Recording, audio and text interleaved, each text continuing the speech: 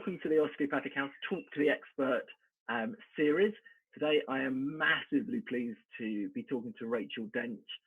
She is an expert runner. She's waving.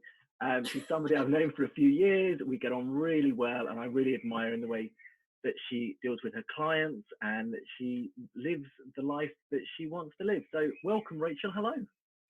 Hello. What a lovely introduction. Don't really know what to say. That's a very nice introduction. Nice introduction I've ever had, I think. Well, yeah, the thing is, this is going to be unscripted and we are going to chat.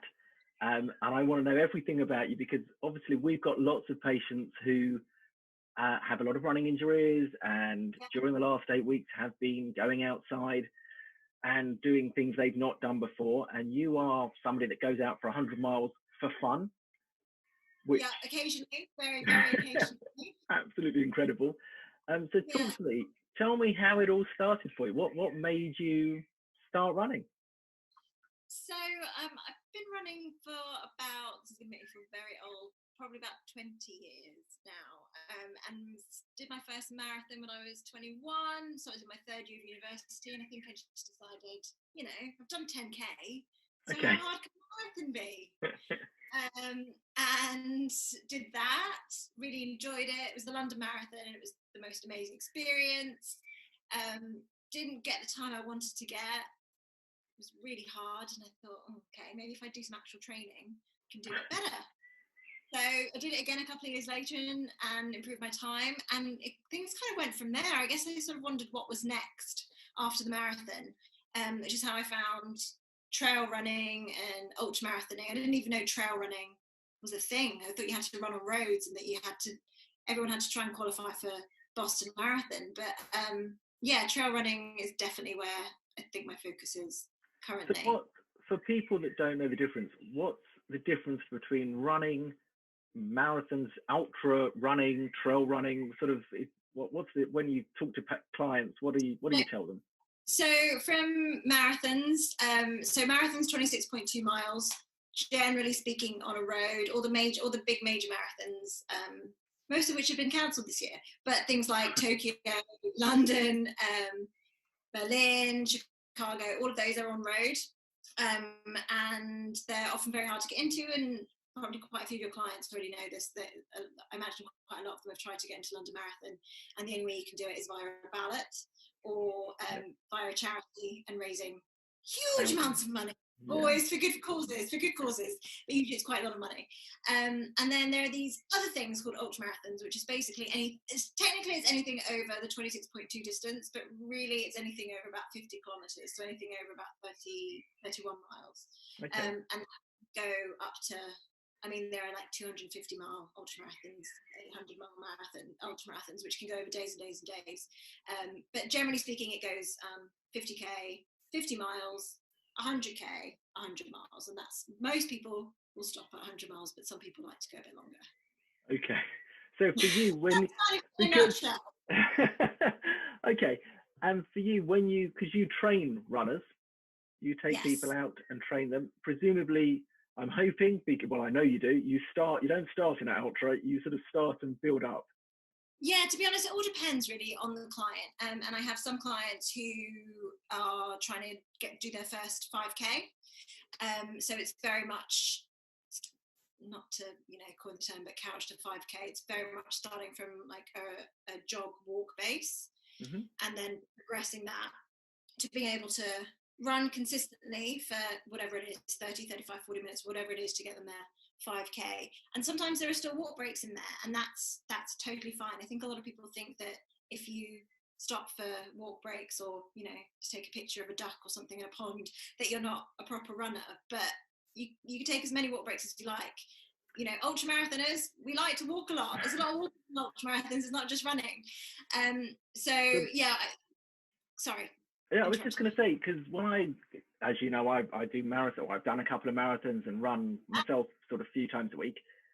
And when I started, the big thing, I went with a friend of mine and we did 15 minutes and then we did half an hour and we wouldn't walk. We were like, no, we're going to run. And then once we'd done our first marathon, I remember wearing the t-shirt because you get at least, 26 points in London Marathon. It's all exciting. And literally, the week or two after, you take a few days break, but then the week or two afterwards, I found that I was happy to walk then. And it was like, now I've proved myself, I can Yeah. run. I mean, it was so immature looking back on it. But it's so normal though, and I think it's such a mental. I mean, you know what it's like. Running is such a mental game. It is obviously there's the physical aspect of it, but part of it is I think we put so much pressure on ourselves to reach a certain goal or to do what we don't like people to see us walking if we're meant to be out for a run, because what are other people going to think, or what are people going to think on our times on Strava or whatever. And actually it's just about you kind of doing you thinking about your own challenge and what it's about for you. And also ultimately, and this is a big thing that I preach to all of my clients, and I know that you do the same, it's about enjoying it. Yeah. Because the majority of us are not out to win the Olympics. That's not necessarily our journey. So this is a hobby, this is something we do in our free time. So this is something we pay money to do. In fact, if you're signing up for races and buying all the gear, buying the shoes, spending money on your prehab and your rehab and going to gyms and all the rest of it. So you have to enjoy it. Otherwise, there are plenty of other things you can be doing with your time. Lots of other things, lots of other sports. But yeah, the focus should be on enjoyment, and that doesn't mean that you don't push yourself sometimes, but it doesn't mean that you have to push yourself all the time. Yeah, and it's definitely something. So as you can see, I'm actually in my son's bedroom at the moment, talking to you because the office is far too hot. And he said to me, I come back from runs sometimes, and I say, he says, Dad, sometimes you just got to push it to get the extra excitement. I'm being taught. He's great. I love it. But it's really important when I say to clients, and I want people to understand that it's fine to walk, it's fine to start, and it doesn't matter if you're like you who can do 100 miles and you love a walk in between your running, while you're running. And I'll go out and sometimes I'll run home and it's a 5K run and I'll run the whole way, and sometimes it's a 5K run and I'll take a couple of walking breaks, and sometimes I'll go and do a 10K or a 20K. It's okay to walk, and that's really a good message to hear. It's a huge thing, and it's just giving yourself permission. Really, it's just being a bit kind to yourself and giving yourself permission to what are you trying to prove? Who are you trying to prove this to? Ultimately, yes, you probably want to progress, but there are lots of ways to do that. Lots and lots of ways to do that. So can you share with us with a client? So if a new client came to you and said, look, my osteopath told me to go running, or I know sometimes actually psychotherapists will refer to you and say, people who are, and maybe we'll talk about that later, some stress issues, and running is one outlet that may be. How do you start somebody off? What's the starting blocks for somebody? It all depends where they are, to be honest. So, for example, if they've never run a step, they haven't run a step since they were forced to do cross country at school. Yep.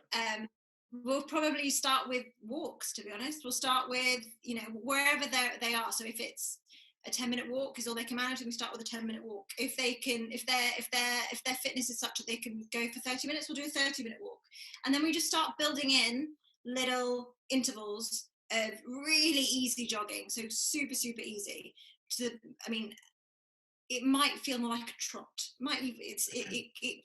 Some people might not even really feel like they're running, but it's just about getting that heart rate slightly elevated. So it could be a 10-minute walk followed by even a 30-second jog, followed by another 10-minute walk. Could be a minute. And do you chart them? Do you sort of set goals as you go along, or is it? I mean, what's the situation with goal setting? To be honest, it's kind of a how long is a piece of string, because it really very much depends. It's totally tailored to the individual. And I have some people who their goal is to run a marathon. I had a client who decided they hadn't run a step and wanted to run a marathon in 16 weeks. And that wasn't ideal. I'm not going to lie. That was not ideal. And that's when I start referring people to you. Saying, you think there's someone that I want you to meet.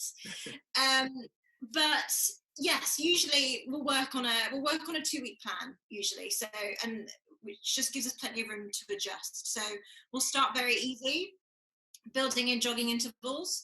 And then over those 2 weeks, we'll see how the body has responded, because like with any training, and that goes for someone who hasn't done any running at all, or to someone who, you know, has maybe done 4 or 5 marathons and they want to break 3 hours in the marathon, for example, which I haven't done, just to clarify. Okay. But I have trained who have. It's about overloading the system and then adapting to that overload, and then overloading it again. So it's a process. It's a process of increasing the stress on the body, allowing the body to adapt, and then increasing the stresses again. Then as you increase the stress, you progress both in endurance, so your stamina and how long you can run for, and that also works in terms of pace. And it's just really important that as we work on that overload, I also build in down weeks. So you're not just consistently killing yourself, going faster and faster and faster, or longer and longer and longer and harder and harder and harder, up, you know, to infinity, or, you know, to the osteopath.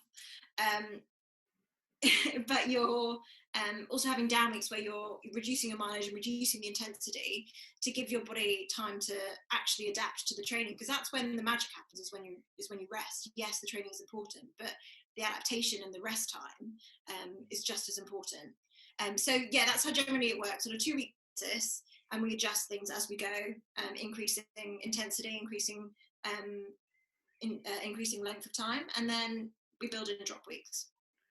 So for us, you know, I've got the science of running. I understand running, and I run.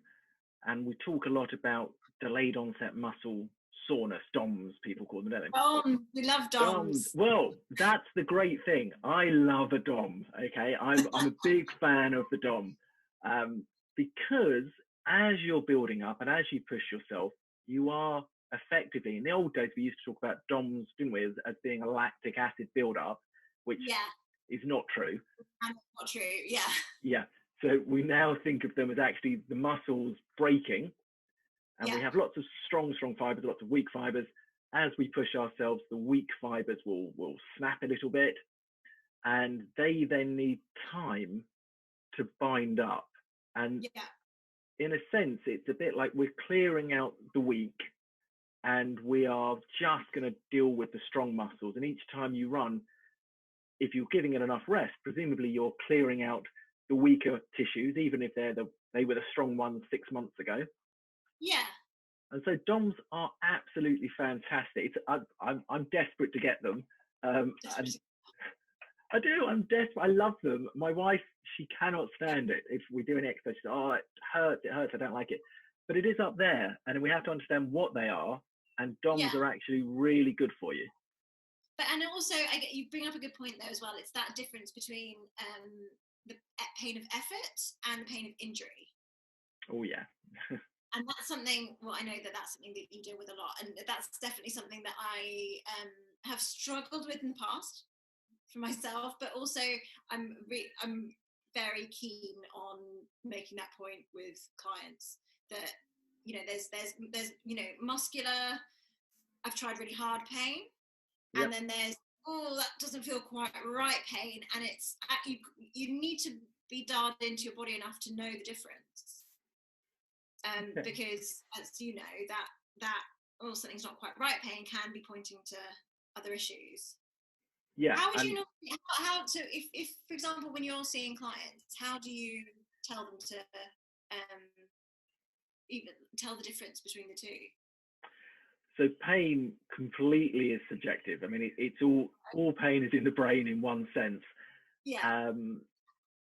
And that you're right. I think it is that exact thing, which is, if a patient comes in and they're saying, "Look, I've exercised and I'm in pain sort of for 3 days afterwards, and it's in the muscles and it's a normal pain, or even in the joints sometimes."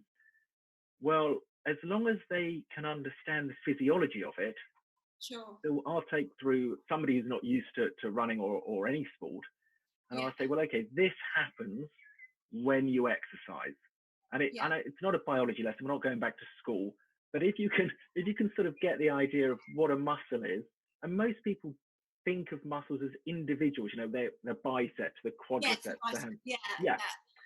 But they're all beautiful. You dissect a body, they are beautifully linked, and you can't tell the beginning of one muscle to the end of another, although we separate them. So it's a sometimes when you have a really long road, it's called different things along the way. So around Oh, where that's we a live, good idea. Oh, I like that. yeah. so our quadriceps, the big muscles at the front of the leg, they spin round as we grow. So I'll get into what we do as a baby now, but as a sort of fetus, we grow from a little tiny neuroderm, a little tiny bit, and we expand, and then we leg bud and arm buds, and our arms go out sort of in an external way, and our Right. legs go internally. So our Okay. muscles follow this. So that's why your thumb is on the outside when you stand, when you're standing up, and your big toe is on the inside, because one bud goes out and one bud goes in. Oh, wow. So our muscles follow the pattern of that. So our quadriceps, as an example, come Yeah. down through the hips, and they do spin around the knee slightly and mold into the front of the shin, the tibial muscles, and then roll around and they mold into the gastrocs and the posterior shin muscles. And so when you get to know this, and they're chains of events, trains, they call them anatomy trains. Yeah. When you're running and you start to get pain in one place or all the way down the leg sometimes, if you can understand it's one long road, then it's okay if it's a DOM. Differentiating that to an injury is slightly different. It's not so good. Yeah. Not so good when you injure them. And there are lots of running injuries. I like the long road analogy. I like that a lot. Yeah, I mean, I'm aware of quite a few, obviously, having sustained quite a few, and you having put me back together. So I see a lot of plantar. I see a lot of people that get plantar fasciitis, and I see the occasional stress fracture, the very very occasional, in my runners. More often than not, actually, I would say plantar and shin splints. Shin splints are the big thing, especially in newer runners. Is that what you see in terms of people that are coming to you for their running injuries? So you're right. It depends what stage they're coming at. So in the early days, shin splints are very common, and just general bone ache, knee ache, ankle ache, hip ache. The ones we tend to see more are people that are low distance runners, so 5 to 10k runners, which sounds quite a long way to a new runner, but once you start running 5 or 10k is quite natural. And we see the extreme runners like yourself that will do, and I've got quite a few patients that will do 75 to 150 miles.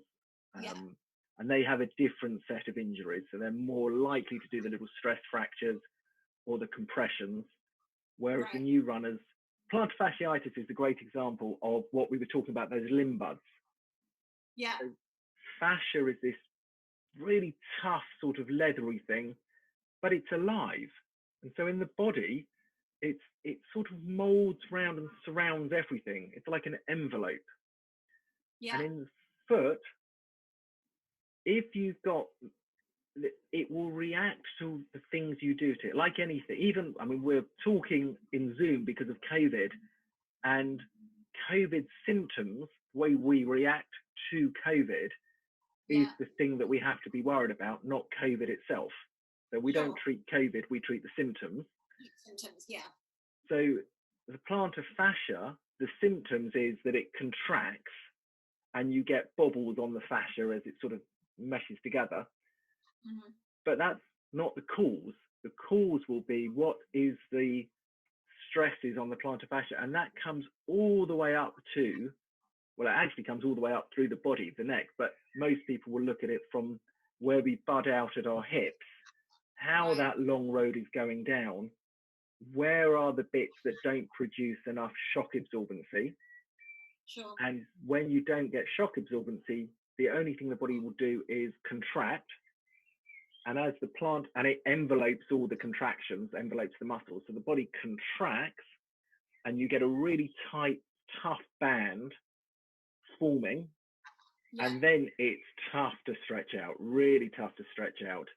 Yeah, and can go on for weeks and months and months or years. I mean, some people get it for years. And there are conditions. So there's something called Dupuytren's contracture most people have it in the hand. Some people have it in the feet. You can actually get it in their testes as well. And it's you don't have to worry about that. It's a contracture of the fascia in the hand, which makes the hand claw slightly. Okay. It makes the feet do the same. And so that's an actual pathology that isn't due as far as, well, it's not due, it's slightly genetic. There's an alcohol is associated in some cases. But that's often confused with plantar fasciitis. And I've seen runners have that and, have years of treatment before they realize there's a different, that's not a physical therapy treatment that you can deal with. Sure. I think what you touched on though is that a lot of people won't necessarily look all the way up the chain. So they'll look for things like, if I've had clients who have had plantar or shin splints, a lot of the thinking, I think, is that it's a localized injury, so we need to treat that point. We need to treat the foot. It's all about the foot. Yeah. When actually, as you said, a lot of it could come up from their hip mobility or lack of strength in the glutes not firing, or imbalances in their posterior chain or whatever it is, and that's a really important point. I think the kind of the prehab to do in order not to, I don't know any runners that have never been injured, but to avoid injury, and that's something that I definitely look at with clients as well, because we can all, the running is kind of the easy part in inverted commas. It's pretty straightforward. You put one foot in front of the other and repeat. Yeah. It's all the other. So when you train somebody, because this is great news, one of the reasons I think you are one of the greatest running coaches ever is because you don't just train them to run. Yeah, you say that. Yes. Yeah, I'm hoping that came out in recording for you. But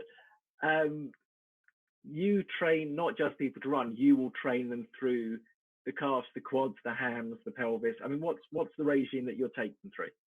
Yeah, so as a personal trainer, I do a lot of strength work anyway, but also it's just so important, especially with females. Generally, our bone density is a little bit lower than men's, and also depending on where you are, and people have hormone cycle, menopause or whatever. But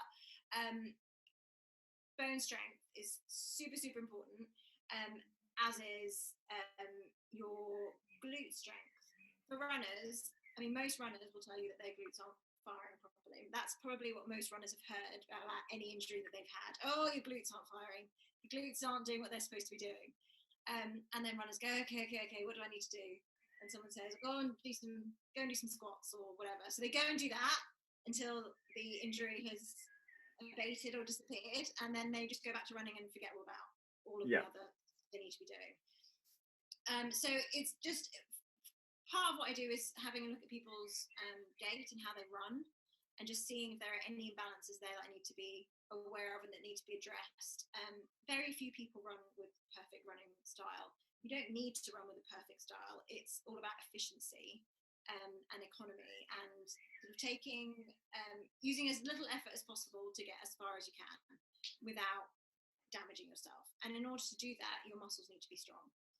So we start by looking at any imbalances, and I do set my clients, generally speaking, like a stretching routine and a bit of a mobilization and strength routine. So whether that be, glute work, glutes are your bum, by the way, for anyone who doesn't know. the glutes are the bum, and making sure that your power is driving from the glutes, as opposed to from a lot of us are quite quad dominant, so there's the big muscles at the front of the thighs, and that's what you feel the burn in a lot of the time if you're running up a hill or running for the bus, whatever it may be. But really the movement should start with the glute. So getting those glutes firing is a big thing, as is hamstring strength, and it all kind of as you said, it all comes down the chain. So if you have knee issues, for example, we'd look at whether you need to be doing more strength training, some cross training perhaps. Maybe you don't do all of your training, all of your running training together, but you do some bike training instead. So instead of running 4 days a week, you do 2 days a week running, 2 days a week on the bike, just to mix up some of those stimulus and to work different muscle groups. So although on the bike you think, oh, well, I'm using my legs, so it's the same thing, you are actually using your muscles in a different way. I feel like I was just blabbering on there, but no, it's good. I mean, I was just thinking, because I raised 2 points. One, about most of the day we sit down. So most people get up, sit for breakfast, sit on a car or train to get to work, sit in the office, come home, maybe do half an hour's exercise, but then they sit down, have dinner, and sit down and watch TV. So on average, we know that an office worker sits about 10 hours a day. And that means that it's huge, but it means that your muscles become very imbalanced. Your quads become much, much more dominant because your knees are bent the whole time.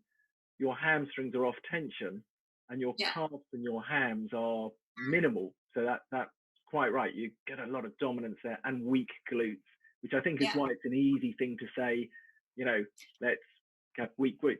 So if you were to sort of say to me, 3 exercises essential, let's just stick with the lower half of the body, and I appreciate running is totally through the body, and we'll get onto the other bit later if you've got time.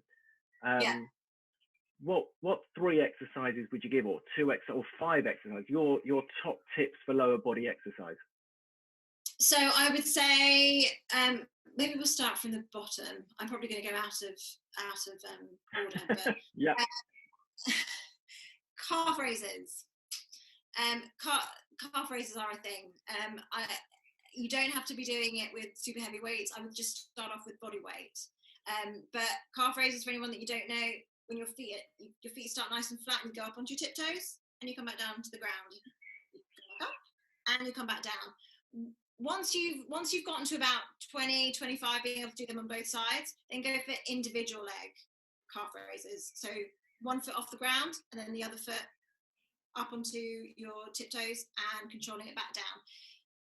Doing one-legged exercises is so helpful, and it is something that I preach to my clients and something that I will hold my hand up and say I do not do enough of.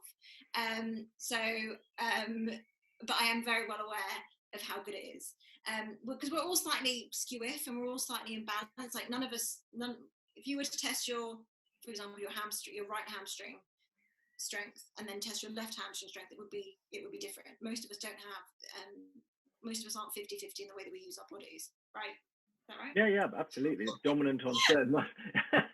Yeah, you're right. Okay, good. So doing those single leg exercises, just they kind of help to bring your body a little bit more in sync, help to bring the strength levels in both sides a little bit more in sync. And you'll probably find when you do those exercises on individual legs, you'll find that one side is a little bit easier than the other, one side is a little bit stronger than the other. You might find that one side you have more DOMs the next day, or it's much tighter than the other, you need to roll it out a little bit more on a foam roller, that kind of thing. So calf raises, both start with both feet at the same time and then go for individual ones. I would say reverse lunges. Oh my God, lunges. Love a lunge. Yeah. Reverse lunges are great. They're great for your glutes, they're great for your quads. Super easy exercise. And it's quite nice actually going in that direction, because we don't tend to, as runners, we go forwards and that's it. We just keep going forwards. We don't do a lot back and we don't do a lot laterally. So I like reverse lunges, and I also like side lunges because they work those adductors, so the top of your legs. And again, it's that different planes of movement.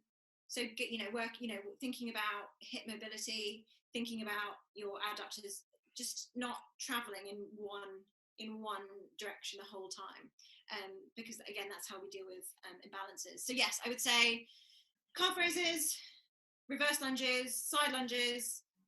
I mean, you can't beat a squat. A squat, yeah.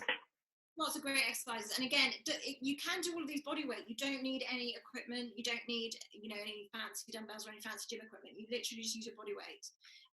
But those would probably be my top super simple, no frills exercises. I totally go with those. I would add one. Pistol squat as well. You love a pistol squat. I do. Well, this is it, because I'm hearing all those exercises and I'm thinking it's all about stability of the knee, getting rid of any imbalances, quads, front to back, quads to hams, or quads to gastrocs, calf muscles, and hip stability, which is the adductors that you just talked about, the lunges and the squats, and piston squats, which are single leg squats, and I use stabilizers when I do that, like some rope just to absolutely. I really struggled with those to start with, and I realized I was injuring myself because my knee stability to hip stability wasn't right. So when I was hitting the ground during that stance phase, it wasn't as stable as it could be. And so when we're looking to add to those, one apart from piston squats, you're quite right, I would go the softness on the ankle. So we talk about plantar fasciitis, shock absorbency, get the ankle going as well. And I suppose that's more rehab than actual for the runners, but keep the ankle soft. And when you're doing a calf stretch, really go for that plantar flexion and dorsiflexion coming backwards and forwards, because if you've got mobility in the ankle, you've got play. So this is a question I'm going to ask you, because you're going to be on the spot. You call me out for not doing my prehab. Yeah. So from an osteopathic point of view, mechanical point of view, I don't like treadmills. In the old days, people used to say to me, "Oh, I'm going to go, I was told to use a treadmill, it's softer, etc." So for an osteopathic point of view, we say, well, the ankle it's a hinge joint, but it also has a degree of camber to it. It goes to rotation at the same time. And on a treadmill, I sort of think to myself, well, it's flat. B, the actual mechanism draws your leg back as opposed to you pushing off as much. So maybe it does some less onto the hamstring and glutes. So, but I'm interested from your point of view, and we've never actually talked about this before, which is what do you think about treadmills? Tell me about treadmills. Okay, so I need to start this response by admitting that I have treadmill. Okay. And to be honest, it has been invaluable during lockdown, because a lot of my runs, a lot of my days, I have double run days and things like that. So when we were under strict rules, I could go out and do my one run, but then I could come and use the treadmill for my afternoon run. Yep. If I'm being honest, I generally advise people not to use treadmills if they don't have to. Okay. If they do have to use them for whatever reason, if it's if it's -5 outside, they can't get outside for whatever reason, I always advise people to use it on an incline, so at least a 1.5% or 2% incline, just because that mimics a little bit more running outside. And again, you're not on that completely. I mean, no road, no matter how flat the road that you're running on, no road is completely flat. So it just gives you, it forces your calves to engage a little bit more, and just forces you to expend a little bit more effort. The other thing about treadmills is that for me, I feel that it's a lot of this movement. You're going up and down as opposed to going forward. So it just feels like there's a little bit more. And again, this is anecdotal for me. There seems to be more shock going through your knees and your ankles, because it's more obviously running is a jumping. We are jumping from one foot to the other, but we are going in a forward motion. Whereas with the treadmill, I mean, there's nowhere for you to go unless you headbutt your console. You're just going up and down, really. Yep. So if you think about doing a 10k run, which is what, 10,000 steps, just doing this, you're essentially jumping up and down in place for 10,000 steps, which feels like it's a lot of shock to go through your knees, your ankles, and your hips all in the same position, because you're not, you're in the same position the whole time. You're not adjusting your position to go up a hill or to go downhill or to turn right to go, down this road or whatever. It's all very, very one directional, even though running is already one directional. So I'm not a massive fan of treadmills. Okay. I It's mean, it's from a running coach. I'm really pleased to hear that, actually. And the other thing, I think, evolutionary, we up until extremely recently, we've never had anything flat. So until what have the Romans done for us, sort of thing. But they did build roads, but they weren't flat. They were yeah, bumpy. yeah, And up until tarmac, we didn't have a flat surface to walk or run on, and we've yeah, evolved to walk and run on angles. yeah. So yeah, okay, that's great. And the with treadmills as well is that I do think that it does. It's a little bit easier to run on a treadmill than it is to run outside. So I do have people who, for example, have only ever run on treadmills, either because they're nervous to go outside or they don't want people to see them, or whatever that reason may be. And then they start running outside and they find it much harder, and they don't understand why. They're running the same distance maybe, and a fairly flat route, but they find it that much harder. And it is very different because no matter how fit you are, the treadmill is moving, whereas the ground doesn't move. Yeah. Although I quite like the concept of when you're running. I don't know whether it was you or another running coach once said to me when I was running, they said you've got to visualize the world is spinning towards you at 50,000 miles an hour, and you're just walking over the world, so it's less hard work because it's coming. Maybe it was. I thought it was you, but it might have been somebody else. I'll take credit for it, but it wasn't me. Take credit. So we've got to talk about shock absorbency in the body, because I'm asked about, is running good for you? Bad for your knees. How many people have asked you if it's bad for your knees? Everybody. Yeah, exactly. I mean, and what do you say? Okay. I mean, because there are some, so I have seen other, physios or whatever who have said, just shouldn't run anymore. It's not good for you. It's bad for me. It's bad for the joints. Which is the point when I say, okay, thank you very much, goodbye. And then I came and found Philip. But yeah, I'd be really interested to know what you think, because the fact that you're a runner as well, you come from it from a different perspective. So firstly, running is fantastic for you. Yeah.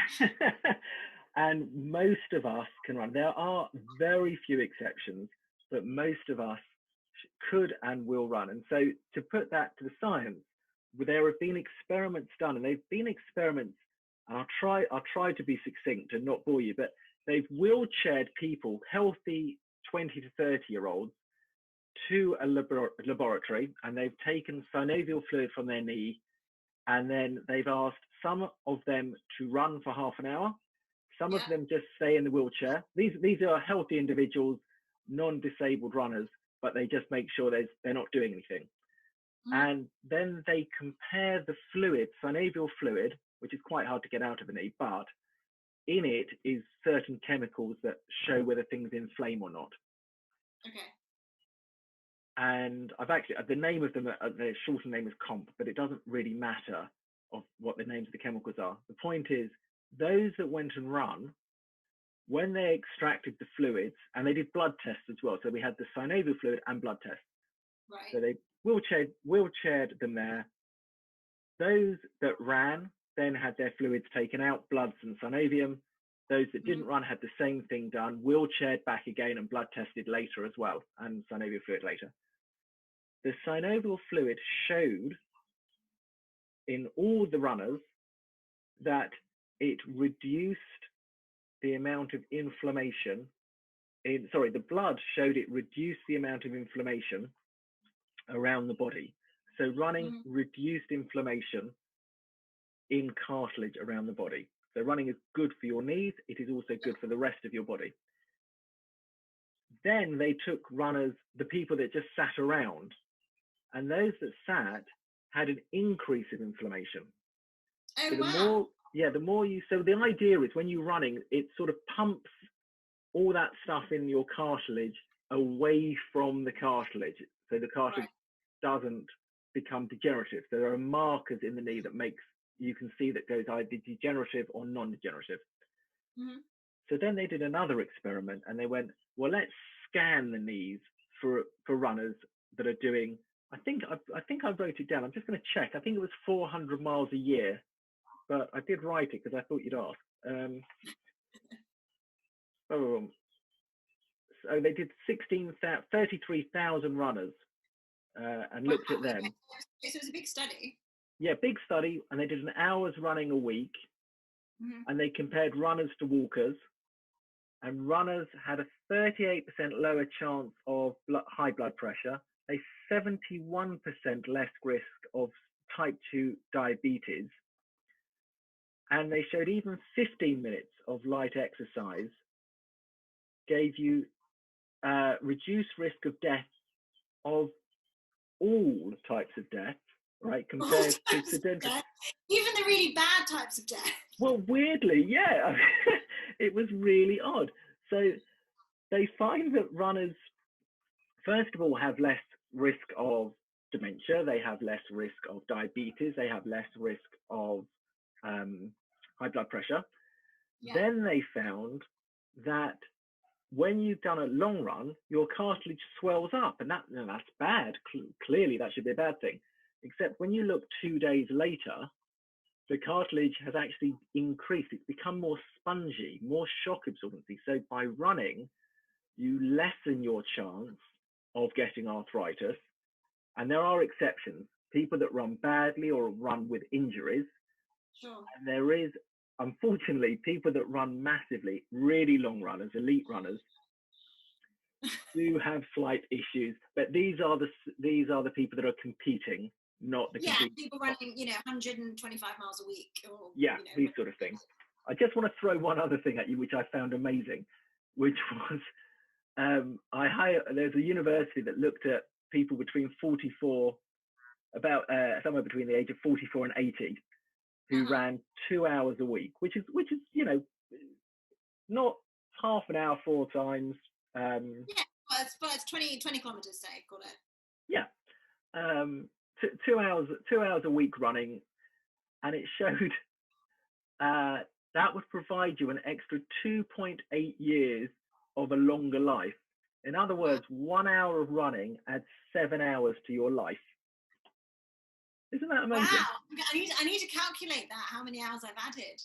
Yeah, well, relative to people that don't run.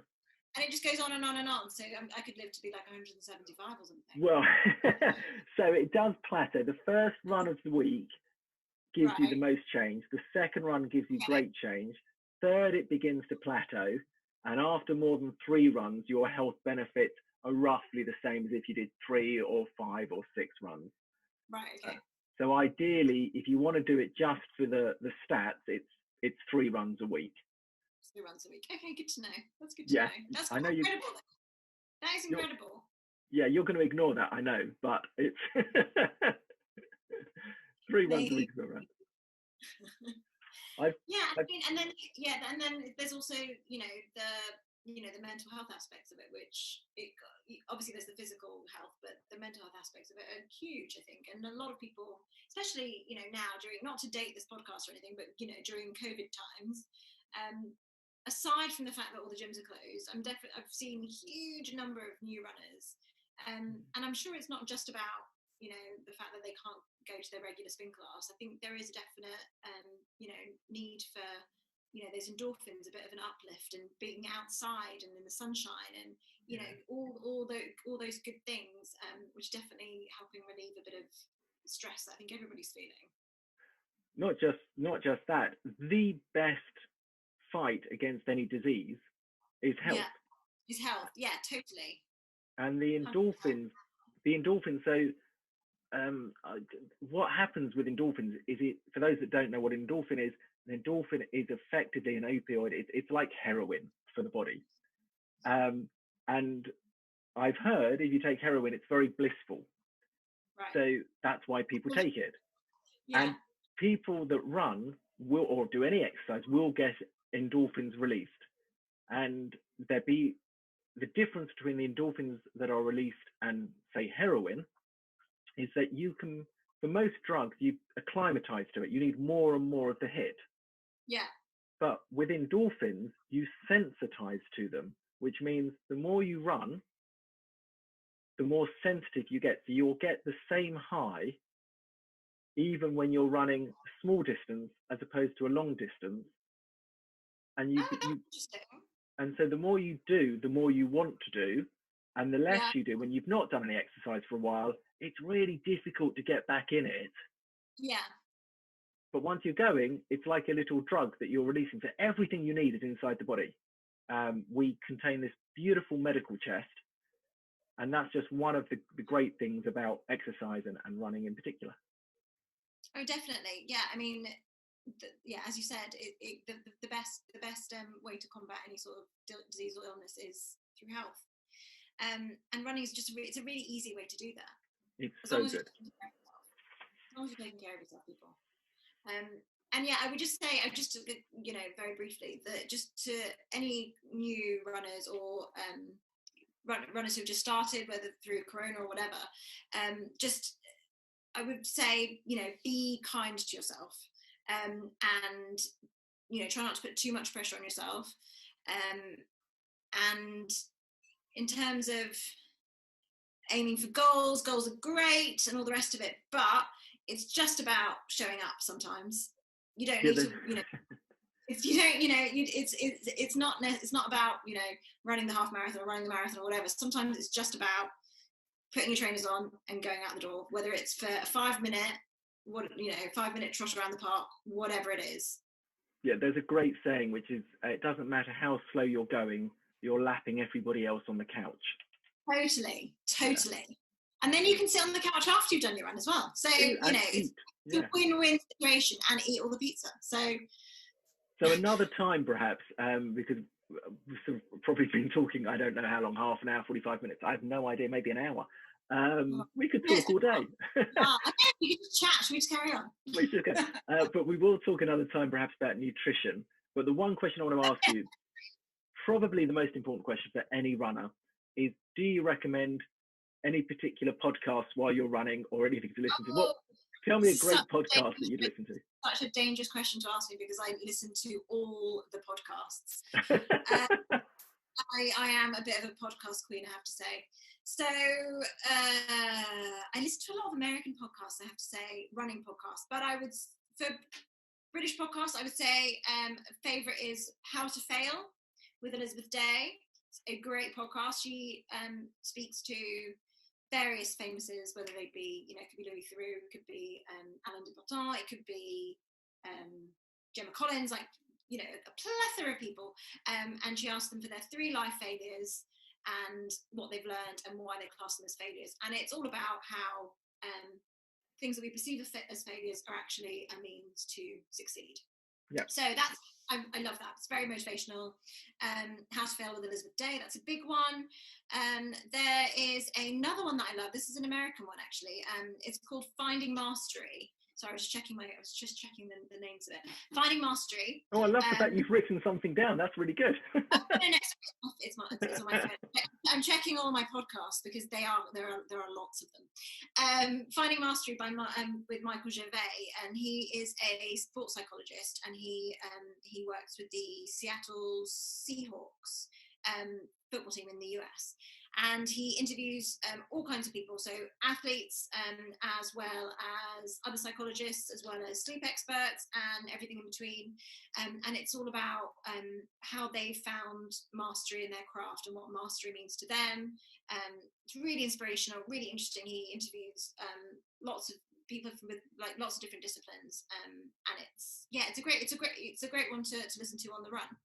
And Runners World also have a podcast, and that's quite nice. That's like 35-40 minutes a time. So if you're going out for a little 5K or something, perfect amount of time just to listen to that. And I think they release one every week. So yeah. Rachel, and also a gangster rap for your speed work, because what is better for speed work than a bit of gangster rap? Gangster rap, okay. So thank you so much for no worries. Thank you for having me. This has been lovely. It's been nice to have a little chat with a friend. Little chit chat, it's fantastic. Hopefully it's going to be useful as well. Rachel, just have a fantastic time. Enjoy your running, and we will speak no doubt in the next couple of weeks, and maybe we'll do something on nutrition and sports at some stage, because I know that you're really hot on that as well. Brilliant. Sounds good. Bye. Thanks a lot. Bye. Bye.